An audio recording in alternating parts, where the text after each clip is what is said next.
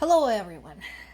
NATO Chairman Mark Rutte had expressed firm commitment to continue supporting Ukraine despite the havoc wreaked by the United States in the Middle East, which is good to know. I hope there are some solid plans and some solid strategies behind that statement. Also, I do find it kind of interesting that this administration in the United States has been saying how we don't have the budget to support Ukraine, which is fine because Ukraine has been paying for what it's getting from the US this whole year. Or the EU has been paying and then deciding what to do and how to pass things on to Ukraine. However, apparently we have the money to attack Venezuela and attack Iran. So that is interesting.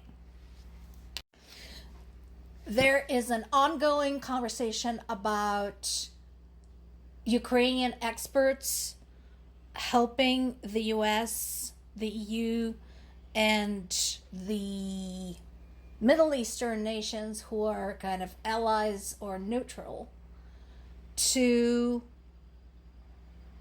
deal with the Iranian drones. And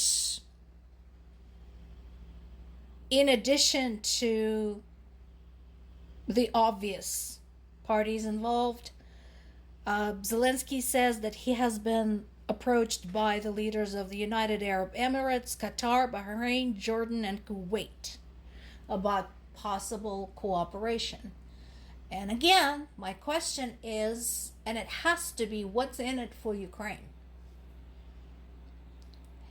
Ukraine has been serving as Russia's punching bag for the last 12 years. It's been basically a buffer between Russia and Europe, especially over the last 4 years.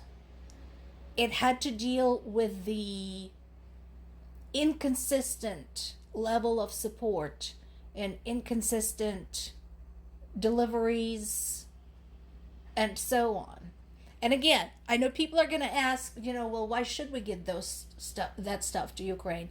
And I just told you, because Ukraine is your barrier between Russia and Europe. It's also keeping Russia distracted from doing other shit elsewhere. Does that not occur to you? So, now everybody keeps running to Ukraine and saying, oh, please help us. You shot down 57,000 Shahed type drones. Yeah. Case in point. You have a very valid statement over there. And then what? So Ukraine shares its expertise. It teaches people how to defend themselves in this very new area of warfare. And then what? And yes, it's true that Ukrainian strategies for dealing with drones are not just already in place, but they are battle tested. They have to do this every freaking day. And the best of it is that this can all be done on a shoestring budget by military standards. $1,000? That's nothing. You can make a lot of drones and a lot of drone defenses for something that in Pentagon budget terms is laughable, like $1 million. So far, when we had drones cross over into Poland and Romania, they have not been successful shooting them down, even though they had to scramble their jets that, let's face it, carry a much bigger price tag.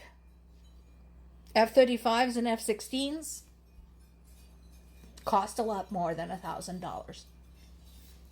And case in point, so Netherlands is saying, hey, well, we like you, Ukraine, but we don't want any shortcuts for your ascension into the EU. Okay. First of all, Ukraine never asked for any shortcuts, but it also asked the European Union to exercise a certain degree of consistency and common sense. First of all, what has Ukraine been doing if not defending your European interests this entire time? As far as supporting EU policies, Ukraine has already proven itself. Second, they're saying, well, you have to deal with your corruption. Ukraine is dealing with corruption. Look at all of the high-ranking officials who have been taken down and arrested while Ukraine is fighting a war. So all these investigations, all these materials, all of that was being put together while fighting a fucking war. Ukraine is now, again, being asked for its expertise. Once again, defending EU. Once again, keeping people of Europe safe. And the last but not the least is, again, my major point of contention. This really grinds my gears. Hungary, Slovakia, and a few other EU members who support Russia, who are in the open working against EU security and EU policies. Doesn't that count for something? That Ukraine is not doing that? That Ukraine has proven with its own blood and bones that it supports EU, it's prepared to defend EU interests. While EU members are sitting on their ass and basically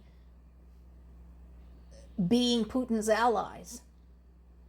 Doesn't that count for something? I understand that the process is a process. I understand Ukraine has a lot of work to do. But a process that is rigid, a process that is inflexible, and doesn't take into account all of the circumstances is a shitty process. And I say this as somebody with decades of process design experience. So we'll see how it goes. War still continues. More to come.